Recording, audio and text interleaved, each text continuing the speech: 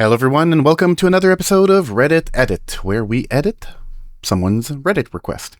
And the request was to make this outline over buildings being filmed with a drone and having it obviously track and move over time. Now there's no way to do this manually, like automatically. Not really anyways. So it'll involve a bit of manual work, but it's not as much work as you might think. So let's go right into it. I've got this footage here that I've brought in. We've got a barn, we've got a drone shot kind of moving sideways. And that's the shot. So we're going to do a glow effect around the edges of the building. I'm not going to do like the other vertices here. I'm just going to literally do an outline around the building. It wouldn't be that much more difficult to do the other lines. It's the same technique, so you guys can just apply what I'm going to teach you here to do that. So let's open Fusion. So we've got our media in going into media out. That's perfect. Normally I disconnect and add a background node. I don't need to do it with this one. We're going to add a background node and add it on top. And this is going to be the color of our glow. So I'm going to go and choose, let's say, red. I'm not going to choose blue like in the original image because the roof is blue. And that's going to make seeing the lines a little bit more difficult. So we're going to use a red. Next thing we're going to do is we're going to use a polygon mask. And we're going to bring this into the background. Now, I say this every video when I use masks. The blue input, this is telling the background to do its job, which is being a background, only where the polygon is, right? So right now, there's nothing because there's no polygon shape. So let's start creating our shape. We're going to start by putting a point here, a point there, here, here, down this way. I could add more points to be a bit more precise. Like here, there's a bit of a divot. But, you know, we're doing this real quick. I could also do like more points to do the edge here. I'm just going to do like straight up to the roof here. If you want to be more precise in your own project, that's perfectly fine. This person's roof is a little bit, needs a bit of work, I think. It dips downwards quite a bit. I don't know if that's normal or not. I'm not a roofer or a construction worker. So now we've got our line around the building. What does that look like? The building is entirely red. It's not exactly what we want. That's because the polygon by default is a solid. What we want it to be is a line. So we're just going to remove solid. And there we go. And now if we click away, there's nothing because it's now a line that has a border width of 0. So it's very, very thin. So I'm just going to add a little bit of border width. And look at that. We've got a line. I'm just going to make some minor adjustments like this. Now that we've got the line that we can actually see.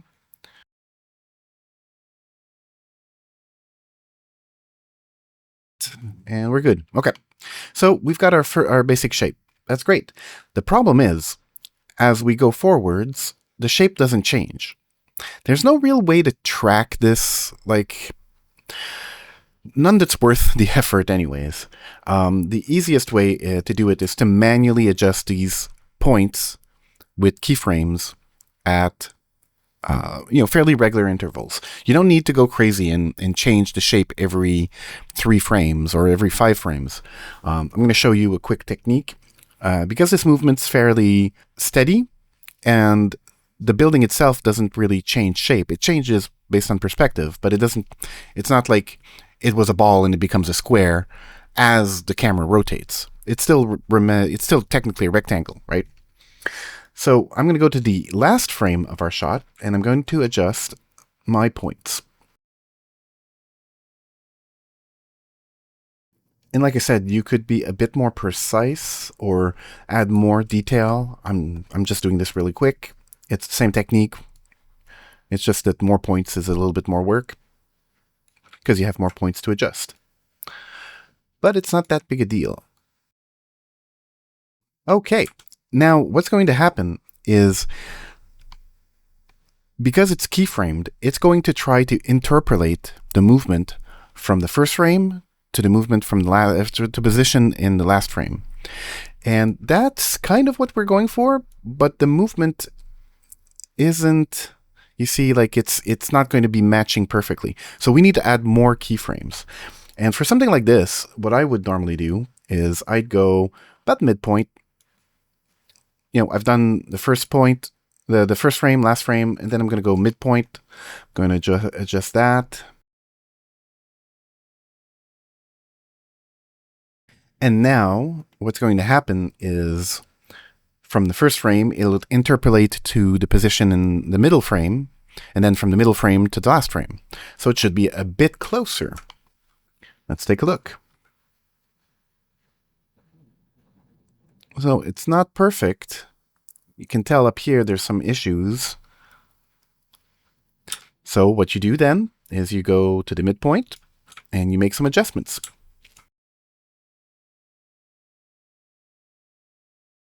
And then I'm going to go to the middle between the middle and the last and make those adjustments.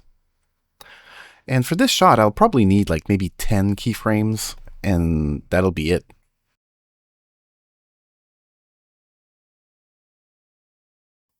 Now let's take a look from the beginning.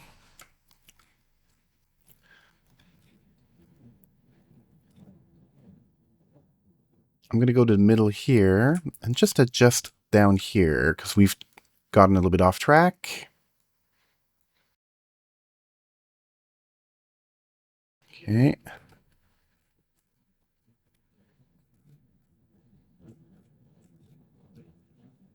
That's looking pretty good to me. Let's take a look over here. Yeah, we need to adjust down here a little bit. And again, we're kind of at the midpoint between this keyframe and that keyframe, so that's kind of expected. It's looking pretty good. And I think that's it. I think we've got it. So let's go and take a look at the edit. And give it a couple seconds to pre-render this.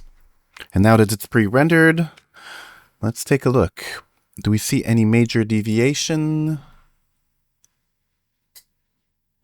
No, it's looking pretty solid. Oh, no. We've got a little bit of craziness going over here in the corner down there. Let's take a look.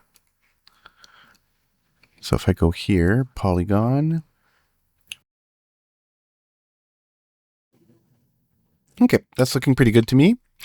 So we've already got our outline. Now what you can do is you can make some adjustments. You could make it a little bit thicker if you wanted.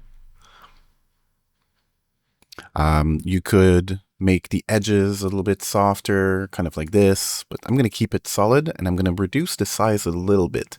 The reason for this is I'm actually going to use some glows to make it look nicer. So we're going to start with a glow. No, soft glow. Soft glow.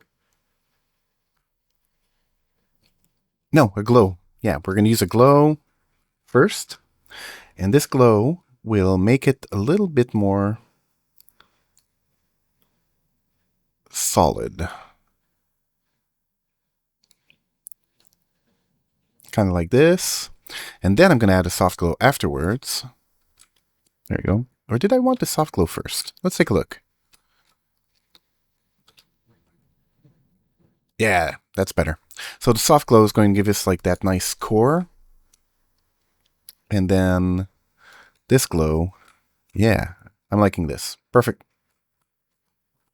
Actually, do I even need this glow? Yeah, that's good. The next thing we're going to do is we're going to make it feel a little bit more alive. So I'm going to come here and add a fast noise. We're going to bring that into the mask of the soft glow. And we're just going to increase the scale, detail, a little bit of contrast, maybe a bit more scale, and seed rate. And that, oops, that's not what I wanted to do. And that's going to make that glow shimmer a bit.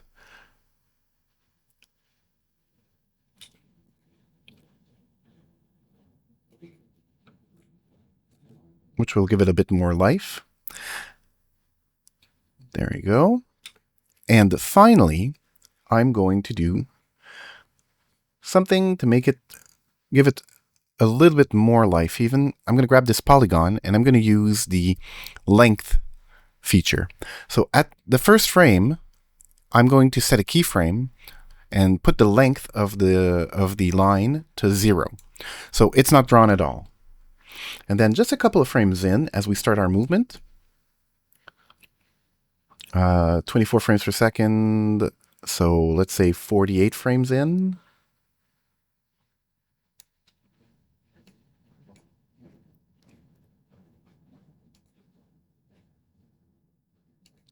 Let's go back to I wasn't at the first frame. There you go. First frame, length of 0. And then frame like 48, so 2 seconds in. Length of 1, so 100% length. And what will this give us? So now let's take a look and see what that gives us. Yeah, we've got the line drawing itself. Makes it look very nice and dynamic. It sticks very well to the shape of the barn. It's a little down here I'm not too happy with, but that's minor adjustment. And we've got our effect. Now we could do a couple of other things. We could come in here back into our Fusion. I'm going to grab, let's say, both of these again. Actually, I'm going to grab this. I'm going to copy it and I'm going to make a clone of it. Yeah. So I'm going to paste an instance. And what an instance is, it's a linked copy where all the parameters are linked. The reason for this is, let's say I want to change my color. I want to be able to change it in one place, not both. I'm going to grab this polygon. I'm going to copy it. And I'm going to also make it an instance. And I'm going to de-instance solid. So it's going to share all the same parameters except for the solid attribute. I'm now going to make that second one a solid. And I'm actually going to bring that underneath. There you go. So I made that a solid. I'm going to put that mask into my red color, and I'm going to merge that on top of my media. And now if we take a look and see what that looks like, well, we've got the red building again. Well, what we can do is we can grab this merge now and just bring down its blend, right? And now we've got the building highlighted in red. But if we look down one more, we now have the building highlighted in red and outlined in red. And it keeps the same shape. So if you're trying to really identify a building amongst a bunch of other buildings, that could be nice. And yeah, I'm going to bring that merge just up a little bit. And what I would do is, because we draw the line, I would wait until the line is fully drawn, which was at frame 48, right? I'd set a keyframe on my blend, and then I'd give it like another half second or a second. Here, frame 60, put another keyframe, go back to my previous keyframe on blend, and put that to 0. So once the line is completely done, the red overlay is going to slowly merge in, and there we are. We now have a highlighted building. Hopefully that made sense, and you guys will find it useful. It's pretty cool because, like I said, we didn't need 10,000 keyframes. We needed 1, 2, 3, 4. Where are my keyframes? Let me see here. So we needed the first one at frame 0. So 1, 2, 3, 4, 5, 6, 7, 8, 9. We needed 9 keyframes, and that was it. Not very difficult at all. Hopefully you guys enjoyed this, and I will see you guys in the next video. Bye-bye.